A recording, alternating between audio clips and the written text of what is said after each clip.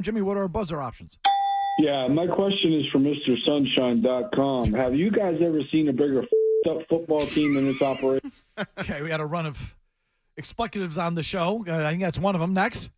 My answer to that would be, who the F cares? Okay. Who is that? That's Mike McDaniel. Oh, yeah, that's McDaniel. Yeah, next. Make sure you get the damn call right. And no, now it's a mispodge of things. They know you, man. Yeah, you got the idea. We have 17 captains. 17 captains? Coach Missoula, the Celtics have 17 captains. Yeah, this it's year. like the Red Sox, 5 number ones. Spare me. Next. Little bit of a porgy for Porzingis. That's not a green teamer. Joe Murray. Next. Oh, I can't believe Felger just called me a green teamer. I'm actually kind of upset and insulted about that. I'm anything but that. Sorry, jumped all over that. Next. Last one. I mean, it's easy to walk in here and just say, they suck, they suck, they suck, they suck, this guy sucks, that guy sucks. It's so easy to do. So let's do it, shall we? Hit it. Make sure you get the damn call right. And no, now it's a mispodge of things. Number 10. Where do you stand on Brock Purdy and the Niners, Greg? I think that Brock Purdy needs everything perfect around him to be effective, and he hasn't had that the past couple weeks. And when he gets stressed and asked to do too much, he throws 2 picks down the stretch like he did last night. The Niners, I think, are really good. They're hurt all the time. Nobody on that team can ever stay healthy. Maybe it's a Kyle Shanahan thing. This is why I'd be concerned if I'm them. And again, I grew up a Niners fan because the Patriots are terrible. So you look at them, all these guys are hurt. When's it ever going to be perfect around them, especially in the playoffs?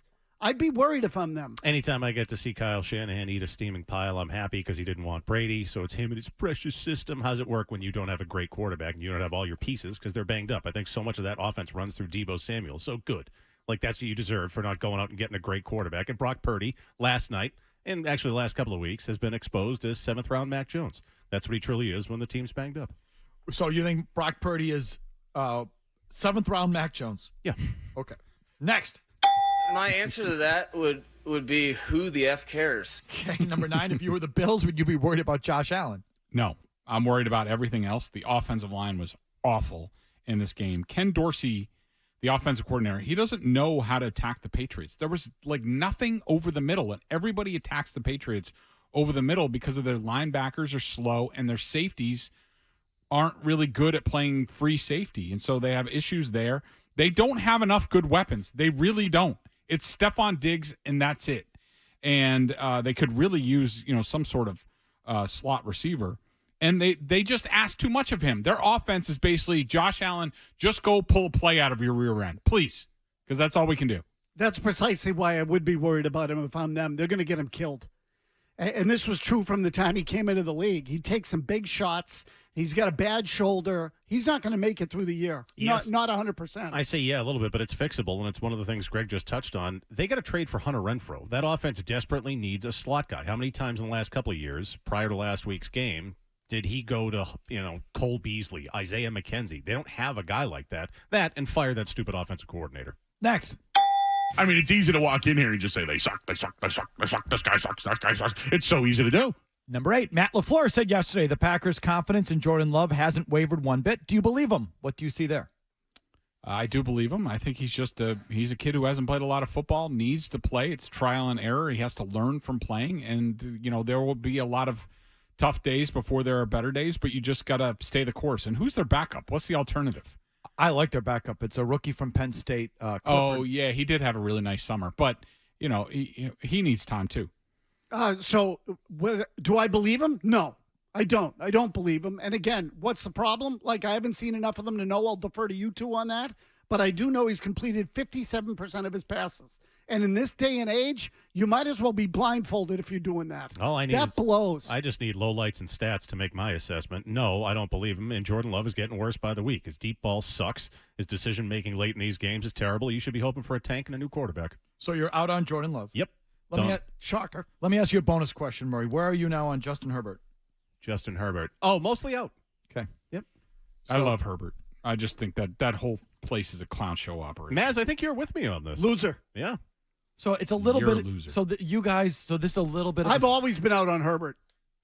There's only one Patrick Mahomes, guys. Yeah, I understand that. Yeah. So you have to have someone play the position and win with someone other than Patrick Mahomes. Yeah, this guy's a loser. Okay. And Jordan Love sucks, and Brock Purdy's 7th round Mac Jones. I said I don't know what the problem with Jordan Love is. Don't put me in his it's just neighborhood. Someone has to play the position, and there's only one Patrick Mahomes. I know, not to blow a answer that's coming later, but that's why the league blows right now. I've kind of softened on Kirk Cousins, so I can come around. Next. Yeah, my question is for Mr. Sunshine.com. Have you guys ever seen a bigger up football team in this operation? Number 7, since we spend so much time mentioning them all in the same breath, let's play a game of rank 'em. Ready? Rank 'em. Yeah. Bill Belichick, Don Shula, Tom Landry, Chuck Noll. Belichick, Noel, Shula, Landry. Belichick, Noll. Yeah, he's got 4 Super Bowl titles. Belichick, Noll, Shula, Landry? Yeah. Okay. The order you put them on the question is the order I'm keeping them. Belichick, Shula, Landry, Noel. 100%. I go Belichick, Shula, Noel, then Landry. Noel because he had a better postseason record. He did. He had a much better team. I think. Come on, that might have been the greatest team of all time. They were loaded. And the Cowboys and Landry did it over multiple generations with multiple quarterbacks. I mean, not when it didn't matter then like it does now. But he would go into NFL championship games with Don Meredith. He won Super Bowls with, Roger Staubach. And then he went to NFC title games with Danny White. Chuck Noll and it was a great run. I mean, a brilliant team, but he had one run with one team, did nothing with any other group of players, where Landry did it with sort of 3 different waves of players. I will never forgive Shula for not getting Dan Marino's Super Bowl title, ever. He'll always be at the bottom for me. How many Hall of Famers did that Pittsburgh team have? They have at every level of the team, linebacking core, safety, defensive line, offensive line, running back, wide receiver, quarterback. They had them all. Noll is 4th on that list, easily. Next. Little bit of a porgy for Porzingis. Greg, have changed my mind on the tush push. I heard this. I got an alert on my phone. Wow. That take necessitated an alert? Do we send out alerts on that? No, it was a joke. Oh, so you're just saying my real opinions are so few and far between that when I have one, it's actually pretty much, yeah, a breaking news situation. You know what? This is breaking sports I've changed news. my mind on the tush push. The more I see the Eagles continue to dominate and no one else coming close, I no longer want to see the league outlaw it. You? I don't like it. I think it's way too much of an injury risk. I mean, it's, those teams are going to get more and more desperate. You're going to get guys, screaming over the top. Like, if you're not going to, really do punts and kickoffs anymore, how can you let that happen? You don't stop it by going over the top. You start it, but I know. Under it. Getting in the trenches. But you're going to have to do everything. You're going to have to do underneath. You're going to have to do over the top, and it's just going to be a mess. I'm looking forward to it. I'm looking forward to seeing that team that finally figures it out. I'm into it now. Like, I've changed my mind. I want it to stay in the game. I'm for it. It doesn't bother me. Again, the fact that they can get 4 yards on that play sometimes blows me away. I mean, you need like Albert Hainsworth and other big, humongous big men that are going to push people back. That's the only way you can do it. Keep it. Only one team does it correctly, and it makes people mad. That's a win. Next. My answer to that would be who the F cares? Along these lines, is Mike McDaniel a tool bag? Hell no. He's hilarious. I love him. And, compared to, snorts and giggles over here. I'll tell you what, I've come around. There was I don't know if you saw it. There was a great little thing that was floating around on social media. It was like an 11-minute thing that Carissa Thompson did with him and his wife, for that matter. He's a really likable guy, and he's smart. His players play for him. I like him. Not a tool bag, coolest coach in the league, and an actual human being. I've liked him since he got the gig. Next. We have 17 captains. Who's the second best coach in Dolphins history? Jimmy Johnson. Jimmy Johnson. Jimmy Johnson. And he won good. I know, but you know what? Their group of coaches is so bad. It's insane. It really, the only other candidates based on performance would be Wanstead, this guy. Mm-hmm. There was one other in there that actually was half decent. Sperano. No, it wasn't him, though. Well, he was actually Flores. He had a good year. But the craziest stat about Jimmy Johnson, his 2 playoff wins, it's the second most in franchise history. That's insane. So that's his defenses were awesome. It's sort of the point that he built up. Sort of the point of this question. They've had one coach, and everyone else has been one crap bum after the next. It was Flores who I was thinking of. Yes. Next. I mean, it's easy to walk in here and just say they suck, they suck, they suck, they suck. This guy sucks, that guy sucks. It's so easy to do. Do you think it's hard to win in Miami at a high level in any sport because of the external factors, climate, nightlife, the intensity, lack thereof of the fan base, etc.? I definitely think there's something to the nightlife and all that. And, it's a banana republic down there. It's just a weird place to live. I lived there for 20 years out of my life. So I definitely think there's some sort of effect to it. No, there are advantages. I'm not making excuses for the Dolphins or the Heat or anybody else down there. There's advantages to it, too. You talking just in the NFL now? I said any sport. Okay. No taxes. So, look at how many guys want to go play in Miami?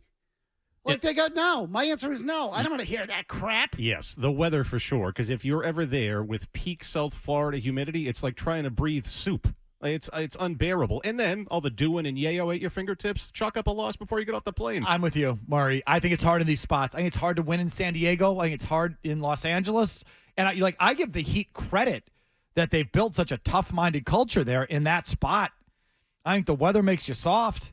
The stuff Murray's talking about is obviously a distraction. And the fans don't care. At the end of the day, they don't care if you win or lose.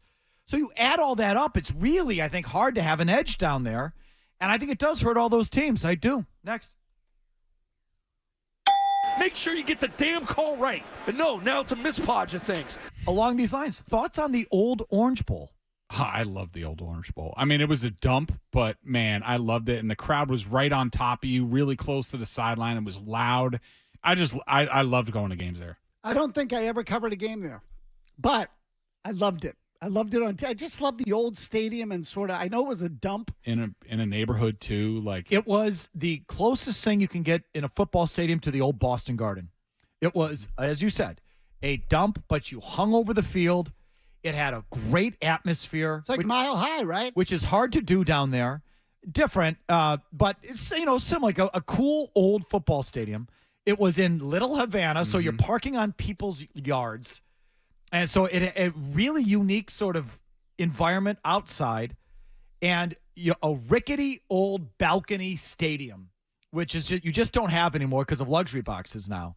But it was a cool place. I think they lost something the day they left there. They definitely did. And the biggest thing was the difference in the crowd noise because they moved over to Pro Player Stadium. They built it for soccer. They wanted to host soccer, so they had to push back the stands so far, and where at the Orange Bowl everybody was right on top of you. It was intimidating. It was great. It was. Patriots lost like 18 in a row there at one point. It was a great play. I'm sorry, Murray. Did you want to weigh in quickly? No, I was too young. So I'll go with your guys' take on it. Last one. Yeah, my question is for MrSunshine.com. Have you guys ever seen a bigger up football team in this operation? Do you like the league right now, Greg? No, I don't. I mean, I think the lack of practice time, the lack of padded practice, the fundamentals have never been worse in this league. It takes forever for these teams to get into game shape. It's not until week 7 or 8. It's not going anywhere. It's going to stay popular, but it's horrible football. I like it.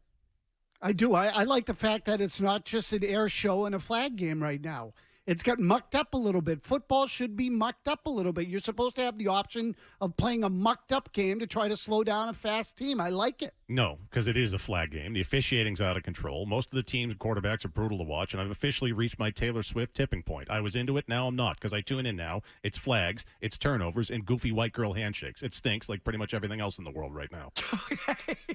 Yeah, you said Joe Murray says I'm negative.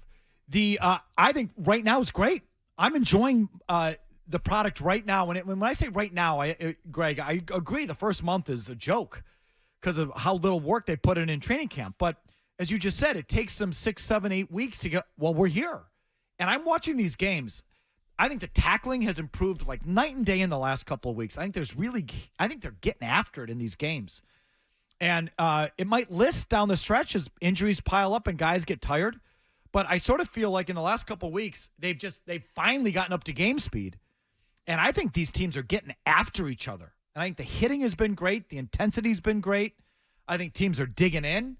I think quarterback and all that stuff is still super important. It's just, I think those teams are the ones that are going to defeat these good defenses. Defenses have made a big comeback in the last couple of years. I'm feeling the defenses now. I'm watching more neutral site games now than I have in a while. So you're coming over to Bill Belichick's side. Meaning?